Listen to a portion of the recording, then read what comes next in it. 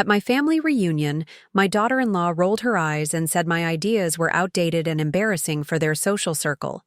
She suggested I just enjoy my retirement and leave the important decisions to the younger generation. I smiled and nodded. I didn't argue. I didn't make a scene. The next morning, I called my attorney and updated my will. 3 months later, when they came asking about their inheritance, I handed them a $1 bill each and said the rest was going to people who actually valued experience over youth. Before we jump back in, tell us where you're tuning in from. And if this story touches you, make sure you're subscribed. Because tomorrow, I've saved something extra special for you. My name is Lynn Cartwright, and I was 71 years old when everything shifted in my world. I lived in Sarasota, Florida, in a Mediterranean-style home that my late husband Robert and I had purchased 32 years earlier. The house sat on a quiet street lined with royal palms, just 8 minutes from Siesta Key Beach. Robert had passed 5 years ago from a sudden heart attack, leaving me with memories that filled every corner of our home and a substantial inheritance that I'd managed carefully ever since. I wasn't born wealthy. Robert and I had built our fortune through decades of smart investments, frugal living, and his successful plumbing business that eventually expanded into commercial construction. We never flaunted our money. We drove reliable cars until they couldn't run anymore, shopped at Publix with coupons, and took modest vacations to places like the Smoky Mountains or Myrtle Beach. But we invested wisely in real estate, stocks, and bonds. By the time Robert died, we were worth considerably more than our neighbors suspected. Our home reflected our practical nature. The kitchen had white cabinets that Robert had installed himself, granite countertops we'd gotten on clearance, and appliances that worked perfectly despite being several years old. The living room featured comfortable furniture in earth tones, family photos in simple frames, and a large window that overlooked our backyard where I grew tomatoes, peppers, and herbs in raised beds Robert had built with his own hands. I had one son, Michael, who was 43 and worked in pharmaceutical sales in Tampa. He'd married Jessica 8 years ago, a woman who came from money and never let anyone forget it. They had 2 children, Emma, who was 15, and Tyler, who was 12. I loved my grandchildren deeply, but I saw them less frequently than I would have liked. Jessica had strong opinions about how children should spend their time, and apparently, visiting their grandmother wasn't high on her priority list. Michael had inherited Robert's height and gentle demeanor, but somewhere along the way, he'd developed a deference to Jessica that troubled me. He rarely voiced his own opinions anymore, especially when it came to family matters. Jessica made the decisions about where they lived, how the children were educated, which social events they attended, and increasingly, how much contact they maintained with me. Jessica was 38, blonde, and meticulously put together in a way that required significant time and money. She drove a white BMW SUV, carried designer handbags, and belonged to an exclusive country club in Tampa where she played tennis and attended charity luncheons. She had strong opinions about what was appropriate and what wasn't, what looked good and what didn't, and what kind of image their family should project to their social circle. I didn't begrudge her these things. Everyone has different priorities. But I noticed that Jessica seemed to view my lifestyle as somehow embarrassing or beneath their standards. She never said so directly, but her comments were pointed. When she visited my home, she'd make remarks about how I could really update the kitchen with a proper renovation, or how the guest bathroom could use some modern touches. She'd suggest I might be happier in a nice retirement community where I could make friends with people my own age and wouldn't have to worry about maintaining such a large house. I lived independently and comfortably. I drove myself everywhere, managed my own finances, maintained my garden, and kept house without any assistance. I belonged to a book club that met twice monthly at the library, volunteered at the local animal shelter on Tuesdays, and had season tickets to the Sarasota Orchestra. I wasn't sitting in a rocking chair waiting for my family to rescue me from loneliness or incompetence, but Jessica had a way of making me feel like I was exactly that kind of burden. She'd ask questions that sounded concerned but felt patronizing. Was I sure I should still be driving at night? Wouldn't it be safer to have my groceries delivered? Had I considered getting one of those medical alert devices in case I fell? These questions always came wrapped in sweetness, delivered with a smile that never quite reached her eyes.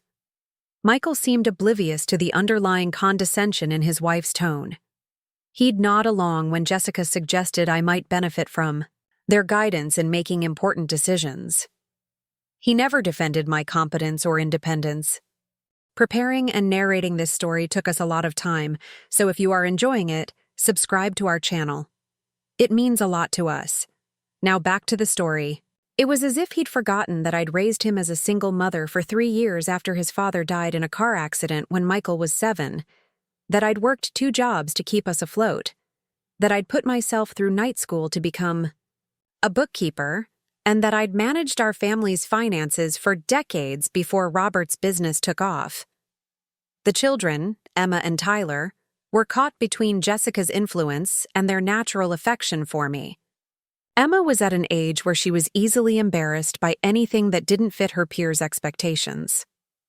She loved visiting my house during summer breaks when she was younger, but now she often seemed distracted, checking her phone constantly, and making comments about how there wasn't anything to do at Grandma's house. Tyler was still young enough to enjoy our time together, but I noticed he was beginning to echo some of Jessica's attitudes about what was cool and what wasn't. I kept my feelings about these dynamics to myself. I didn't want to create conflict or put Michael in a difficult position between his wife and his mother. I believed that family relationships required patience and understanding, that people could grow and change, and that love would eventually overcome petty differences. I thought Jessica might soften over time, that she might come to appreciate different ways of living and thinking. I was wrong about that. The routine of my days followed a comfortable pattern. I woke early, before the Florida heat became oppressive, and spent the first hour with coffee and the Sarasota Herald-Tribune on my screened lane-eye. The morning light filtered through the live oak trees that shaded the backyard, and I could hear the cardinals and mockingbirds that nested in the branches Robert had never allowed anyone to trim too severely. After breakfast, I'd tend to my garden if the weather permitted, or work on household tasks if it was too hot or rainy. I kept the house exactly as Robert and I had arranged it, not out of inability to change, but because it still felt like home. The photographs on the mantel chronicled our life together, Michael's childhood, and the grandchildren's early years. The furniture was comfortable and familiar. The routines were mine to maintain or modify as I chose.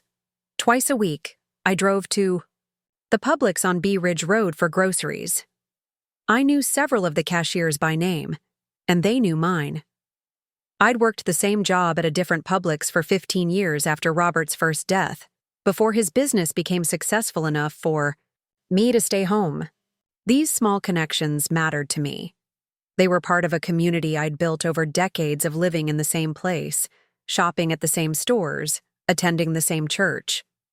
I managed my own investments through an online brokerage account, reviewed my portfolio monthly, and made adjustments based on market conditions and my financial goals.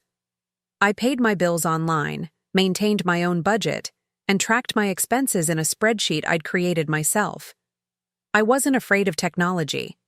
I simply preferred to use it purposefully rather than constantly. My social life wasn't extensive, but it was meaningful. Besides the book club and volunteer work, I attended a water aerobics class 3 mornings a week at the community center. The other women in the class were mostly my age, and we'd formed friendships over our shared interest in staying active and healthy. We sometimes went to lunch afterward at small restaurants around town, places that served good food without pretension. I also maintained friendships with several couples from church, people Robert and I had known for years. We'd gather for potluck dinners, attend concerts or plays together, and celebrate holidays and birthdays. These relationships had sustained me through Robert's death and continued to enrich my life in ways that didn't require constant entertainment or expensive activities. This was the life Jessica found outdated and insufficient. She couldn't understand why I didn't want to move to a gated community with organized activities and people who could keep an eye on me. She couldn't fathom why I preferred cooking my own meals to eating in restaurants every night, why I drove a 7-year-old Honda Accord instead of leasing something newer, why I shopped for my own groceries instead of having them delivered. In her world, aging meant accepting diminished independence and increased supervision. In mine, it meant making choices based on my own preferences and capabilities rather than other people's assumptions about what I should or shouldn't be doing. But I was about to learn that Jessica's ideas about my limitations extended far beyond lifestyle choices. She had opinions about my mental capacity, my decision-making abilities, and my right to control my own assets.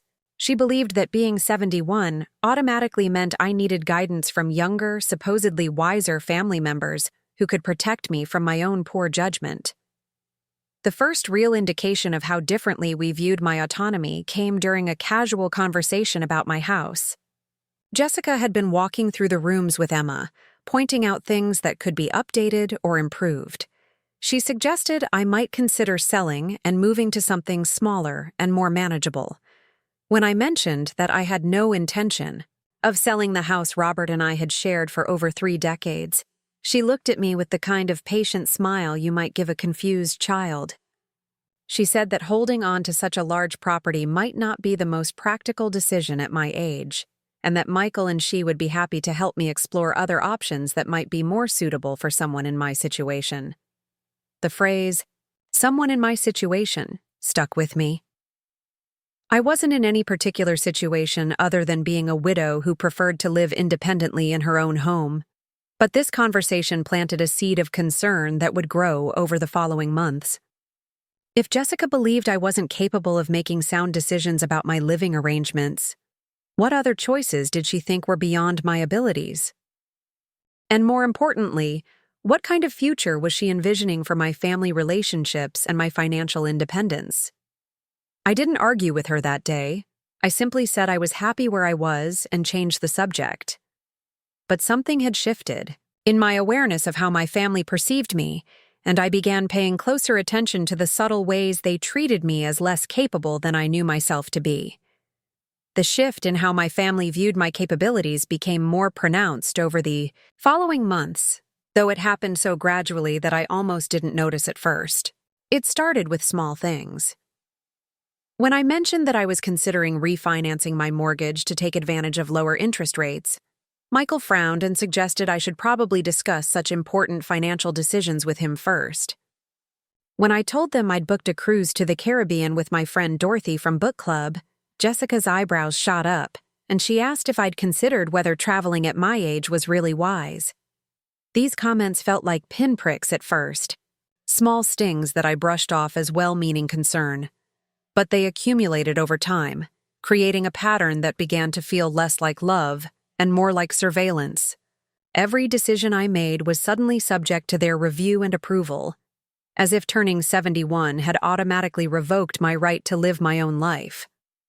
The situation escalated significantly when I decided to donate $10,000 to the animal shelter where I volunteered. I'd been thinking about this gift for months, watching the shelter struggle with limited resources while caring for an increasing number of abandoned pets. The money represented less than 1% of my total assets, hardly a reckless expenditure that would jeopardize my financial security. I'd researched the organization thoroughly, reviewed their financial statements, and confirmed that the donation would be tax-deductible. When I casually mentioned the donation during Sunday dinner at Michael and Jessica's house, the reaction was immediate and intense. Jessica set down her fork and stared at me with the kind of alarm you might show if someone announced they were planning to swim with sharks. Michael looked confused, then concerned, then slightly panicked. Jessica was the first to speak, her voice carefully controlled but edged with tension. She said she was sure I had good intentions, but didn't I think? $10,000 was quite a lot of money to give away without discussing it with family first. She mentioned that elderly people were often targeted by scammers who took advantage of their generous natures and suggested that maybe I should reconsider such a large donation. I explained that this wasn't a spur-of-the-moment decision, that I'd volunteered at the shelter for 3 years and knew exactly how the money would be used. I pointed out that I could easily afford the donation without affecting my lifestyle or financial security. But my explanations seemed to make them more worried, not less. Michael joined the conversation then, speaking in the careful tone people use when they're trying not to upset someone they consider fragile. He said he understood that I cared about the animals, but $10,000 was a significant amount, and maybe there were other ways I could help that wouldn't involve such a large financial commitment. He suggested I could volunteer more hours instead, or perhaps make smaller monthly donations that would be easier to manage. The word manage hung in the air between us like smoke. I realized they weren't just questioning this particular donation. They were questioning my ability to manage any substantial financial decision. In their minds, I had apparently crossed some invisible line from capable adult to someone who needed protection from her own generosity and poor judgment. I felt heat rise in my chest, but I kept my voice steady. I told them I appreciated their concern, but I was perfectly capable of making my own financial decisions. I had been managing money successfully for decades, and one charitable donation hardly constituted evidence of diminished capacity. Jessica exchanged a look with Michael that I was clearly meant to see. It was the kind of meaningful glance that parents share when discussing a difficult child. She said that of course I was capable, but sometimes it helped to have a second opinion on important matters, especially when scammers specifically targeted older people with emotional appeals. I assured them again that this wasn't a scam, that I knew the shelter director personally, and that I'd made the decision after careful consideration. But they continued to treat my choice as evidence of vulnerability rather than autonomy. The conversation ended awkwardly, with them promising to look into the animal shelter to make sure it was legitimate, as if I were incapable of conducting such research myself. That night, I lay awake thinking about the assumptions underlying their reaction. When had they decided I was too old to make my own choices? When had my age become more significant than my actual mental capacity or financial knowledge? I'd been managing household finances since before Michael was born, had successfully invested the proceeds from Robert's business, and had never made any decision that resulted in financial hardship or loss. But somewhere along the way, my family had decided that 71 was the age at which I stopped being a competent adult and became someone who needed supervision and protection. The number itself had apparently trumped all evidence of my continued sharpness and independence. The animal shelter donation became a recurring topic of conversation over the following weeks. Jessica would bring it up casually, asking if I'd heard back from them, or if I was sure the money had been used appropriately. She'd mention articles she'd read about charity fraud and suggest that I might want to be more careful about future donations. Each comment reinforced the message that my judgment was suspect and my choices were potentially dangerous. Michael started calling more frequently, asking questions about my daily activities that felt less like genuine interest and more like monitoring. Had I remembered to take my blood pressure medication? Was I sure I was feeling well enough to drive to the grocery store? Did I need him to come over and help with anything around the house? The questions were always framed as concern for my well-being, but they carried an underlying assumption that I was no longer fully capable of caring for myself. The pattern extended beyond financial matters. When I mentioned that I was thinking about painting the guest bedroom a different color, Jessica suggested that such projects might be too strenuous for someone my age and offered to hire professional painters instead. When I said I planned to replace some worn outdoor cushions myself, Michael volunteered to handle the shopping because navigating furniture stores could be overwhelming and I might get confused by all the options. Every aspect of my life was suddenly subject to their oversight and improvement. They had appointed themselves as guardians of my well-being without asking if I wanted or needed such protection. They treated my preferences as symptoms of confusion rather than expressions of personal choice. They assumed that any decision they wouldn't make themselves was evidence that I wasn't thinking clearly. The most troubling part was how they discussed me when they thought I couldn't hear. During family gatherings, I'd catch fragments of conversation from the kitchen or patio where they thought they were speaking privately. They used phrases like, "at her age," and "we need to keep an eye on," and "maybe it's time to think about." They spoke about me as if I were a problem to be solved rather than a person to be respected. Emma and Tyler began reflecting these attitudes in subtle ways. Emma would offer to help me with my phone when I had no trouble using it, speaking slowly and clearly as if I might not understand basic instructions. Tyler would ask if I remembered things he'd told me the day before, his voice carrying doubt about my memory. They were learning from their parents that grandmothers were automatically less competent than younger people, regardless of actual evidence. The breaking point came during a family gathering at my house for my 72nd birthday. I'd planned the menu carefully, prepared most of the food myself, and looked forward to celebrating with everyone in the home Robert and I had shared for so many years. The table was set with my good china, the house was clean and welcoming, and I'd even bought flowers for the centerpiece. But from the moment they arrived, Jessica began making comments about how much work I'd put myself through and how I really shouldn't have gone to so much trouble. She suggested that next year we should just go to a restaurant instead, where I wouldn't have to worry about cooking and cleaning. She made these comments in front of the children, reinforcing the idea that Grandma was too old to handle normal household tasks. During dinner, the conversation turned to my future plans. I mentioned that I was considering taking a photography class at the community college, something I'd always wanted to try but never had time for when Robert was alive. I thought it would be a nice way to explore a new hobby and maybe meet some people who shared similar interests. Jessica's reaction was immediate and dismissive. She said that while it was nice that I wanted to stay active, maybe I should focus on activities that were more appropriate for my age group. She suggested that the community college might be overwhelming, with all those young students and complex technology.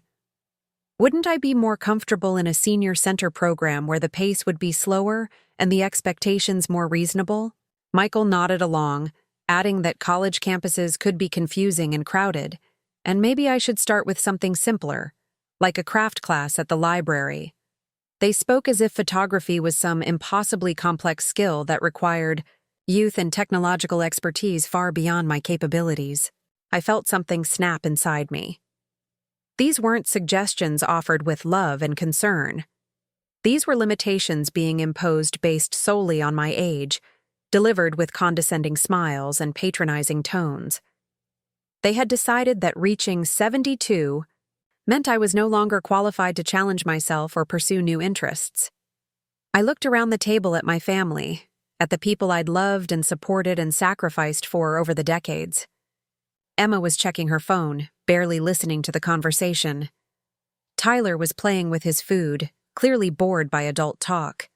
Michael was nodding along with whatever Jessica said, as he always did. And Jessica was explaining to me why my own ideas about my own life were impractical and unrealistic. I realized that somewhere along the way, I'd become irrelevant in my own family. My opinions didn't matter. My choices were subject to their approval.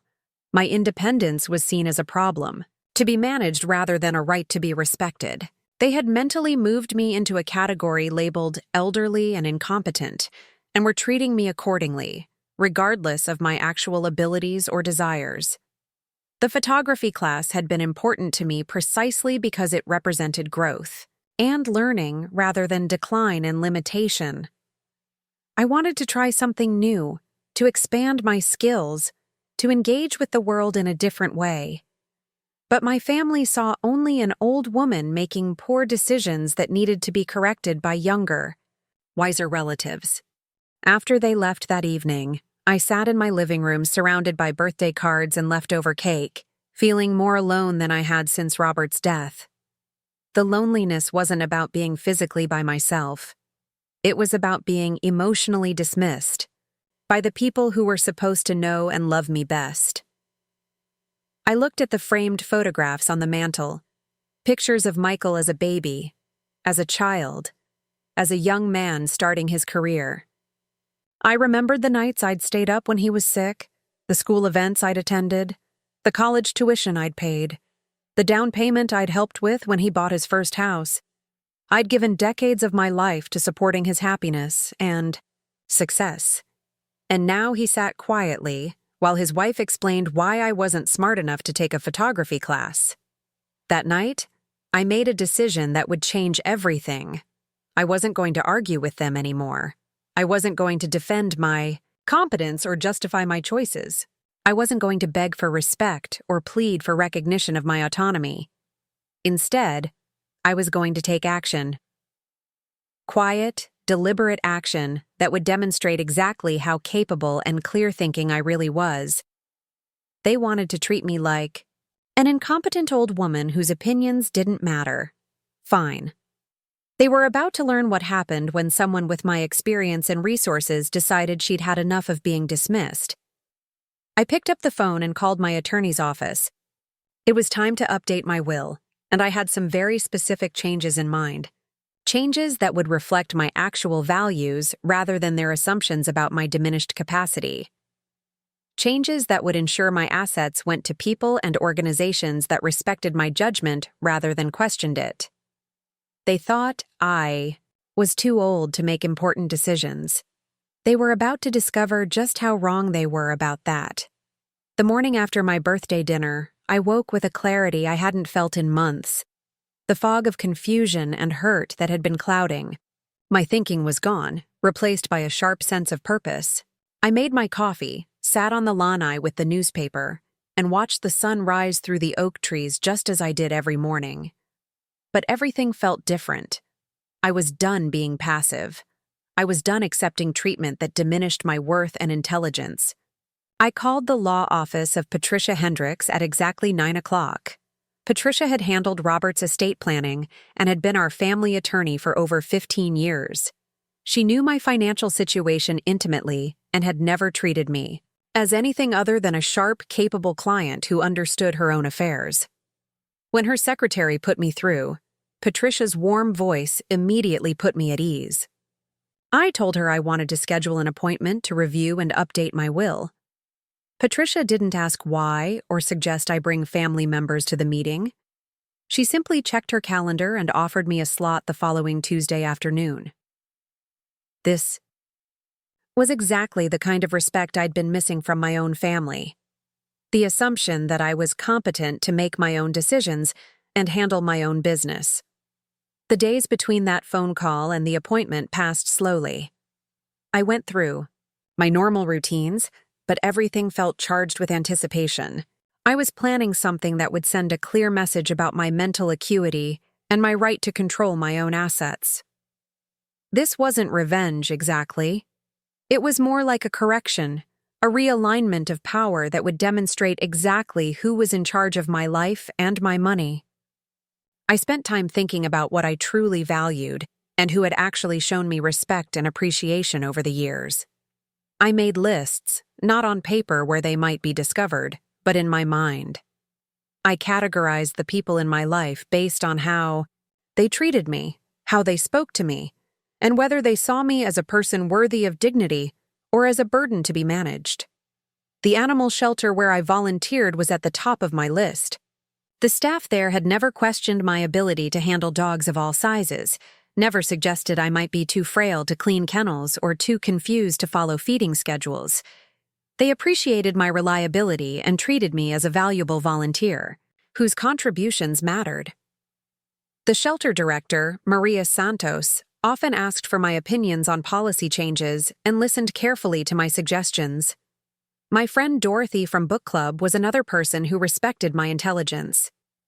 We had lengthy discussions about complex novels, debated political issues, and shared personal challenges without any condescension based on age.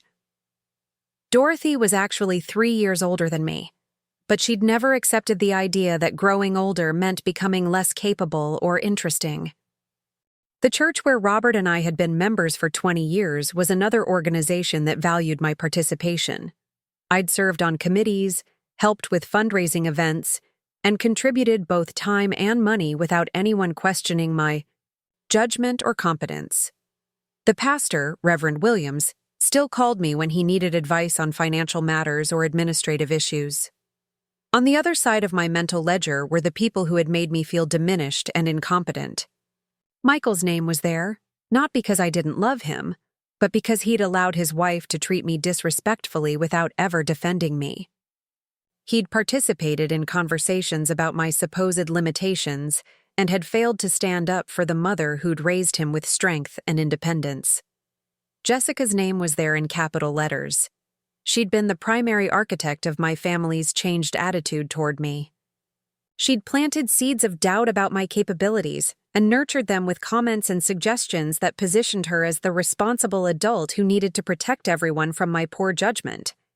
Even Emma and Tyler had earned places on this list, though I understood their behavior was learned rather than innate. They were absorbing lessons about how to treat elderly relatives, lessons that would shape their relationships with older people for the rest of their lives. But they were still choosing to participate in the dismissive treatment, still speaking to me as if I were less intelligent than I'd been a year ago. The Tuesday afternoon appointment arrived like a gift I'd been waiting to unwrap. I dressed, carefully in a navy blue suit that Robert had always said made me look professional and confident. I drove myself to Patricia's office, parked my Honda in the lot without assistance, and walked into the building with my purse and a folder of documents I'd gathered for our meeting. Patricia's office was on the third floor of a professional building downtown, with windows overlooking the bay and walls lined with law books that actually showed signs of use. She greeted me warmly, offered coffee, and settled into the leather chair across from her desk with a legal pad and her reading glasses. I told her I wanted to make significant changes to my will and estate plan. I explained that my family's attitude toward me had shifted dramatically over the past year, and I no longer felt confident that they would respect my wishes or handle my assets according to my values. I said I wanted to redirect my estate toward organizations and individuals who had demonstrated respect for my judgment and appreciation for my contributions. Patricia listened without interruption, taking notes occasionally but mostly focusing on my words with the attention of someone who understood that this was serious business. When I finished explaining my general intentions, she asked thoughtful questions about specific details and legal implications. She never once suggested that I was overreacting or making decisions based on emotion rather than logic. The conversation that followed was exactly what I'd been missing in my family relationships. Patricia treated me as an intelligent adult who had every right to control her own assets. She explained various options for restructuring my estate, discussed tax implications, and offered suggestions for ensuring my wishes would be carried out effectively. She took my concerns seriously and helped me think through the practical aspects of what I wanted to accomplish. I told Patricia about the animal shelter donation that had caused such family turmoil. She nodded and said that charitable giving was often an important part of estate planning, especially for people who had been fortunate enough to accumulate significant assets. She didn't suggest I was being foolish or careless. Instead, she helped me explore ways to structure larger charitable bequests that would maximize their impact while minimizing tax consequences. We discussed establishing a charitable remainder trust that would provide income for me during my lifetime and then benefit several organizations I cared about after my death. Patricia explained how this type of arrangement could actually increase my annual income while reducing the taxable value of my estate. She showed me how sophisticated financial planning could accomplish multiple goals simultaneously. This was the kind of conversation I should have been having with my family. Instead of questioning my competence, they could have been helping me explore ways to use my resources effectively for causes I believed in. Instead of treating my charitable impulses as evidence of diminished capacity, they could have been celebrating my generosity and offering to help research-worthy organizations. But they'd chosen to position themselves as guardians protecting me from my own poor judgment rather than advisors helping me accomplish my goals. They'd assumed that wanting to give money away was a sign of confusion rather than a reflection of values I'd held throughout my adult life. Patricia and I spent nearly 2 hours going through the details of my new estate plan. The changes were substantial and deliberate. Instead of leaving the bulk of my assets to Michael and his family, I was redirecting significant portions to the animal shelter, my church, a scholarship fund for non-traditional students at the community college, and several other organizations that had never questioned my mental capacity. I wasn't cutting my family out entirely. Michael would still receive enough money to pay off his mortgage and fund his children's college educations. But the days of treating my estate as their inevitable inheritance were over. They would receive amounts that reflected their actual relationship with me rather than their assumptions about family entitlement. The remainder of my assets would go to people and organizations that had treated me with respect and appreciation. Dorothy would receive enough money to travel comfortably in her remaining years. Maria Santos and the animal shelter would get funds to expand their facilities and programs. My church would receive a substantial bequest to support their community. Outreach initiatives. I was particularly excited about the scholarship fund. The community college had told me I was too old and confused to take a photography class, but I was going to fund educational opportunities for other people who might face age-based discrimination. The scholarship would specifically support students over 50 who wanted to return to school or explore new fields of study. Patricia helped me structure everything legally and efficiently. She explained how the new will would be executed, what documentation would be required, and how to ensure my wishes would be protected from any challenges. She also suggested updating my healthcare directives and financial power of attorney documents to reflect my current relationships and preferences. When we finished, I had a comprehensive estate plan that reflected my actual values rather than my family's expectations.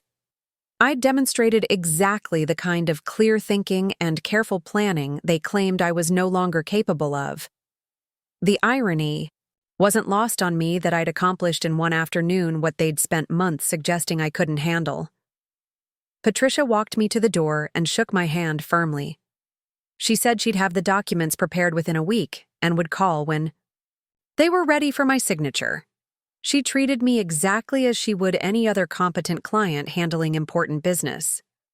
No condescension, no suggestions that I should bring family members to future meetings, no questions about whether I was sure I wanted to make such significant changes. Driving home, I felt lighter than I had in months. The weight of accepting disrespectful treatment had been lifted from my shoulders. I'd taken concrete action to assert my autonomy and demonstrate my competence. My family would learn eventually about the changes I'd made, but not until after I'd had time to observe whether their behavior toward me improved. I decided to give them one more chance to treat me with dignity. I would continue our normal family interactions for a while longer, watching to see if they could recognize and respect my independence without being forced to do so.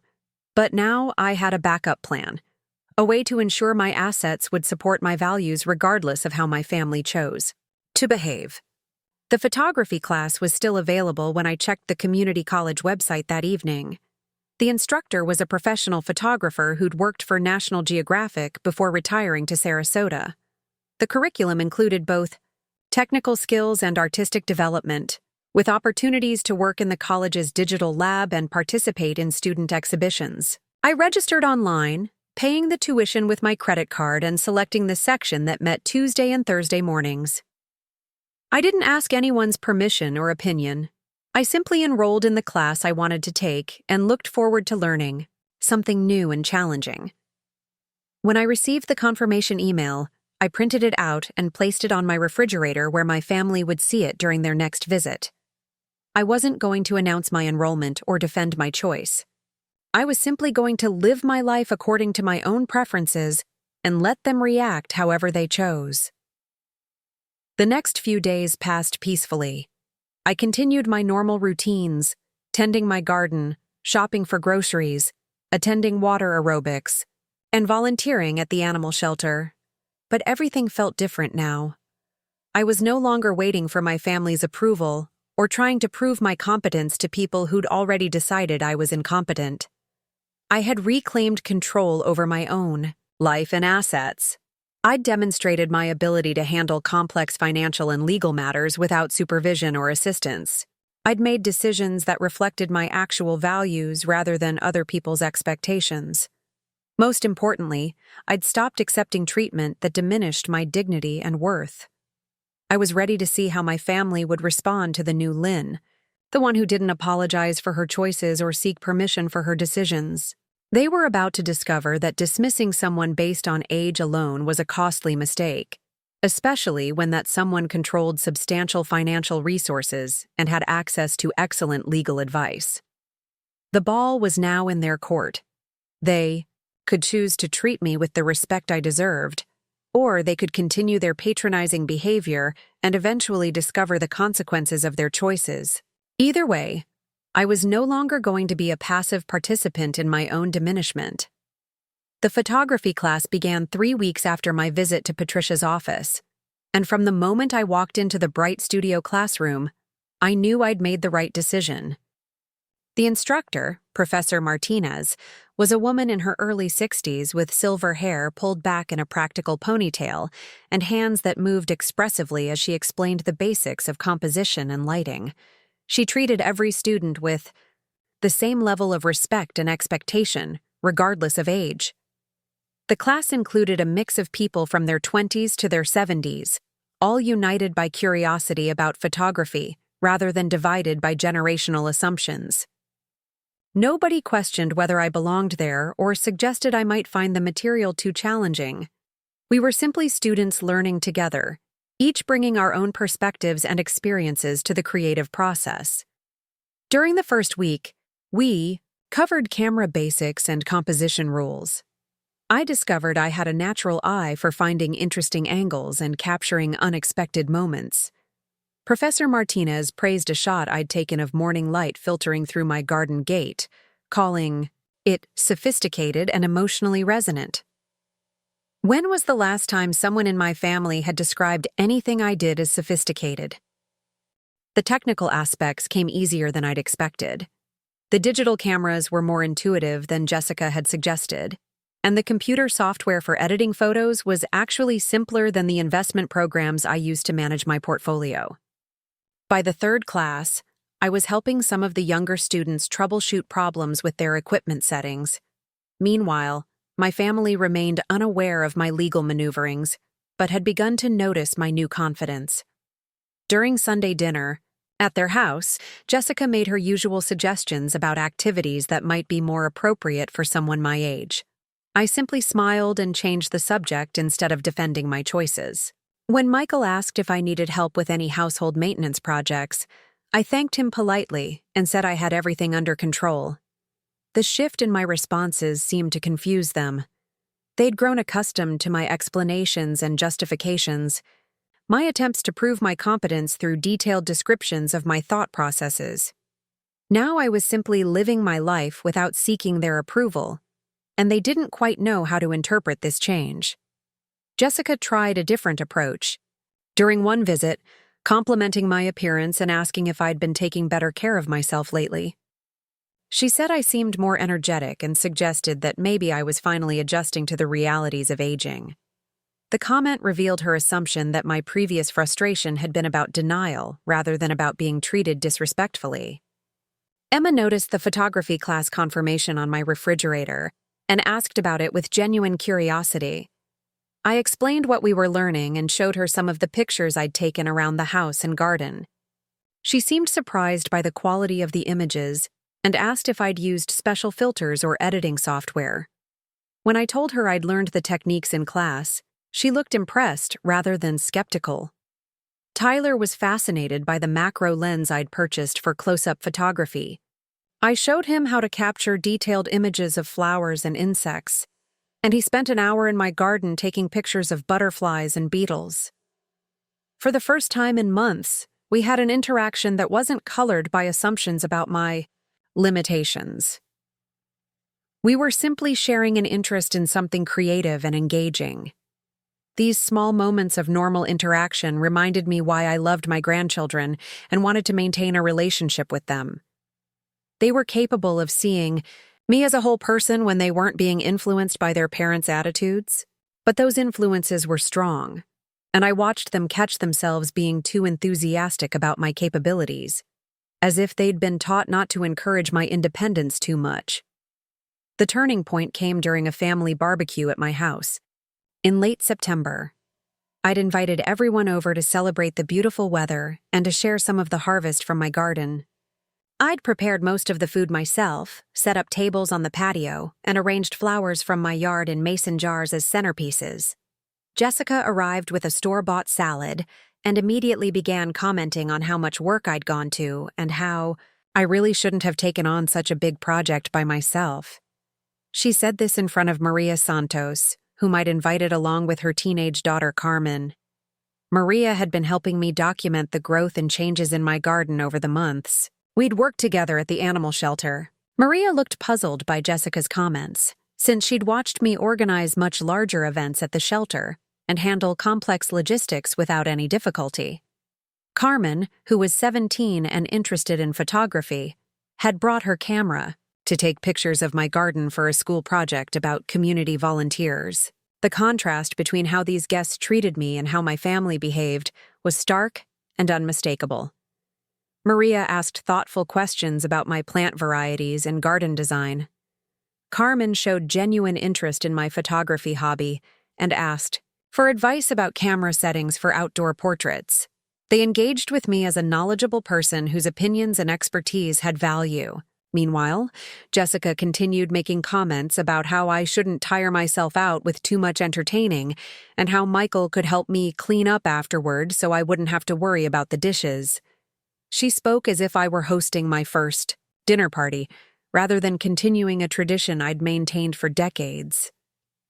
The breaking point came when Carmen asked to see some of my photography class work. I brought out a portfolio of images I'd been developing, including several artistic shots of the animal shelter that captured both the sadness and hope inherent in the rescue work. Professor Martinez had selected 3 of these photos for inclusion in a student exhibition at the college gallery.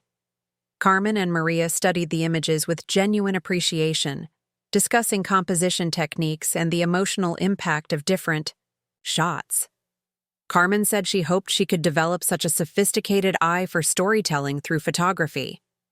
Maria mentioned that the shelter had been looking for someone to document their work more artistically for fundraising materials. Jessica glanced at the photos briefly and made a dismissive comment about how nice it was that I'd found a hobby to keep me busy. She suggested that taking pictures was a good activity for seniors because it didn't require too much physical exertion or mental strain. She might as well have patted me on the head and told me I was doing well for someone my age. The condescension in her voice was so blatant that Maria actually looked startled. Carmen stopped talking mid-sentence and stared at Jessica with the kind of confused expression teenagers get when adults behave badly in social situations. Even Emma seemed embarrassed by her mother's tone, though she didn't say anything. I felt the familiar heat rising in my chest, but this time it was accompanied by something new, a sense of power. I wasn't dependent on Jessica's approval or respect. I'd already taken steps to ensure that her opinions about my capabilities would have no impact on my future or my legacy. I could afford to respond with the confidence of someone who held all the cards. I smiled calmly and said that photography had indeed become an important creative outlet for me, and that I was particularly proud of having work selected for exhibition at the college gallery. I mentioned that the photography had also led to discussions about documenting the animal shelter's work more professionally, which could help with their fundraising efforts. Jessica's expression shifted slightly as she processed the implications of what I'd said. A college exhibition meant my work had been judged worthy by professional standards. Professional documentation work meant my skills were being recognized and requested by organizations that needed quality results. These weren't the activities of someone whose mental capacity was declining. Michael, who had been largely silent during this exchange, asked to see the photos that had been selected for exhibition. I showed him the 3 shelter images, explaining the techniques I'd used to capture the lighting and composition. He studied them more carefully than Jessica had, and I could see him recognizing that these weren't simple snapshots, but thoughtfully composed artistic works. The conversation continued, but the dynamic had shifted. Carmen asked if I would be willing to mentor her on some photography techniques, and Maria invited me to visit the shelter with my camera to discuss their documentation needs more formally. These were professional relationships based on recognition of my skills and abilities. Meanwhile, my family sat quietly, perhaps beginning to realize that their assumptions about my declining capabilities didn't match the evidence of my continued growth and achievement. I wasn't becoming less competent as I aged. I was expanding into new areas and developing skills they hadn't even known I was interested in. After everyone left that evening, I sat in my living room with a glass of wine and looked through the photos from the day. Carmen had taken several shots of me working in my garden and explaining plant care to Tyler. In these images, I looked confident and knowledgeable, like someone who knew what she was doing and enjoyed sharing her expertise. I thought about the conversations I'd had with Maria and Carmen compared to the interactions with my own family. The difference wasn't just about age or generational perspectives. It was about respect and recognition. Maria and Carmen saw me as a person with valuable knowledge and ongoing potential. My family saw me as someone whose best days were behind her and who needed protection from her own poor judgment.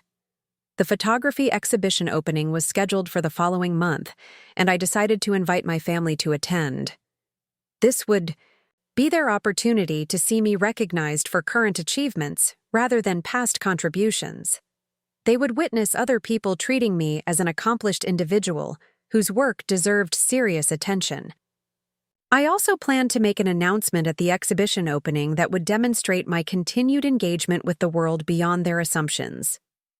I'd been in discussions with Maria about establishing a photography program at the animal shelter, where volunteers could learn to document the animals more effectively for adoption promotions.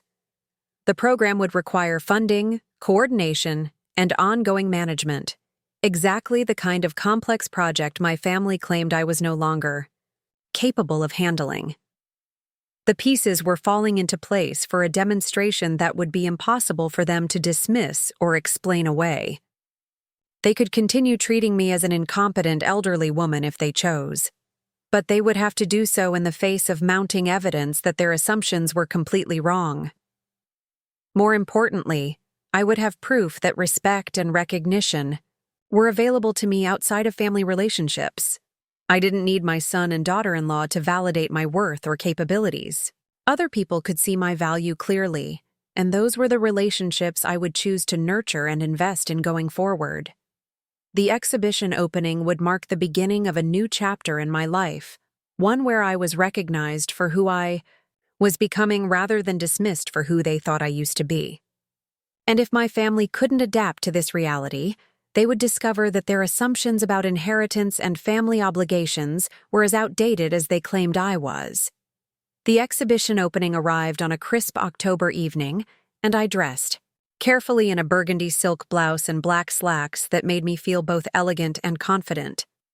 I'd spent the afternoon at the salon getting my hair styled and had even treated myself to a manicure. Tonight wasn't just about displaying my photography.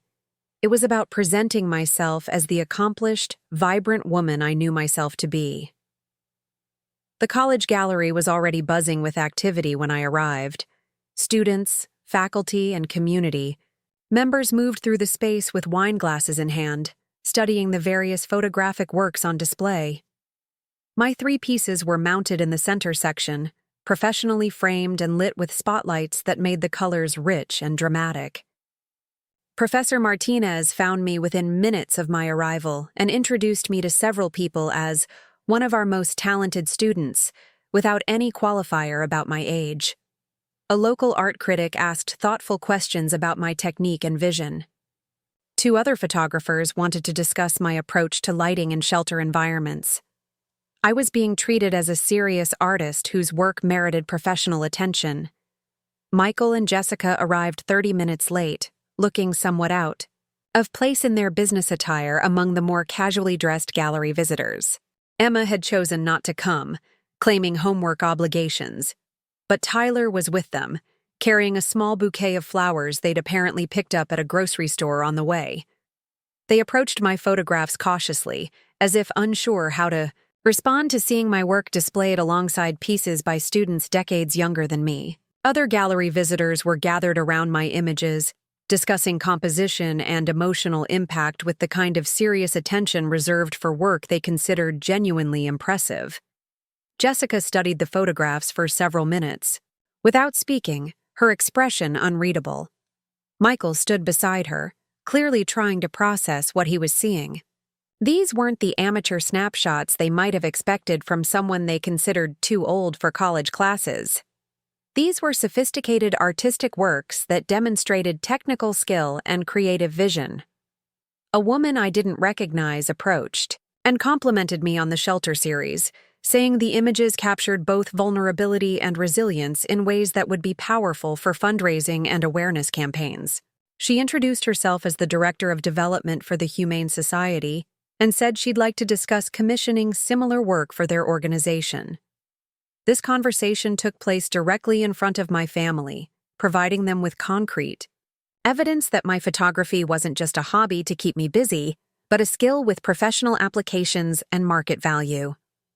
The woman handed me her business card and suggested we meet the following week to discuss specific projects and compensation.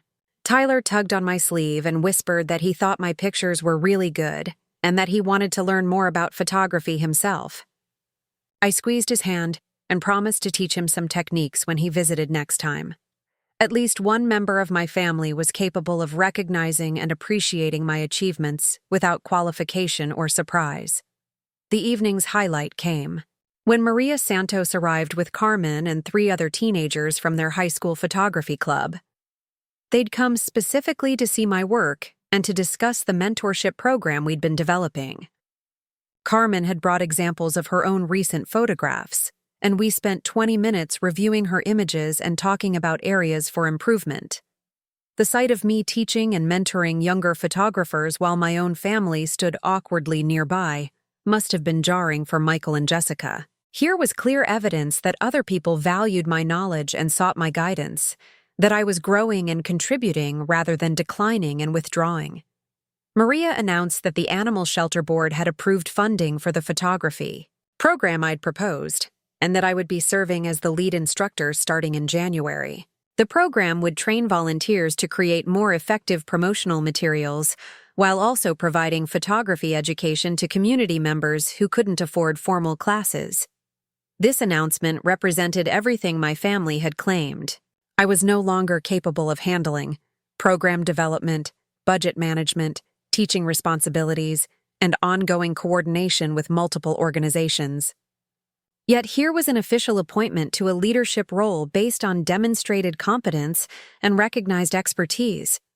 Jessica's carefully maintained composure finally cracked slightly. She asked Maria how long the program was expected to run and whether there would be adequate support for someone in my position. The questions were phrased as concern for my well-being, but they carried clear implications about my ability to sustain long-term commitments. Maria looked genuinely puzzled by the questions. She explained that the program was permanent, that I'd been selected specifically because of my reliability and skill, and that the shelter was grateful to have someone with my combination of technical ability and teaching experience. She seemed confused by the suggestion that my age was relevant to my qualifications. The contrast between Maria's confidence in my abilities and my family's doubts was so stark that other people in our conversation group began to notice.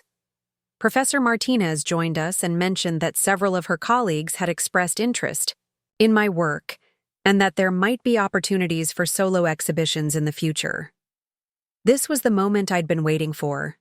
Surrounded by evidence of my continued growth and achievement, with my family witnessing the respect and recognition I received from people who judged me on my current capabilities rather than their assumptions about aging, I made my announcement.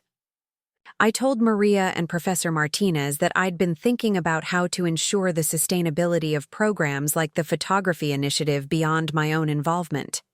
I explained that I'd recently updated my estate planning to include substantial bequests for educational and charitable organizations that supported lifelong learning and community service.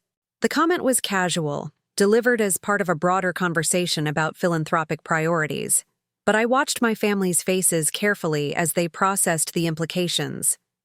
I'd mentioned estate planning changes without discussing them in advance, suggesting both significant financial resources and independent decision-making they hadn't been consulted about.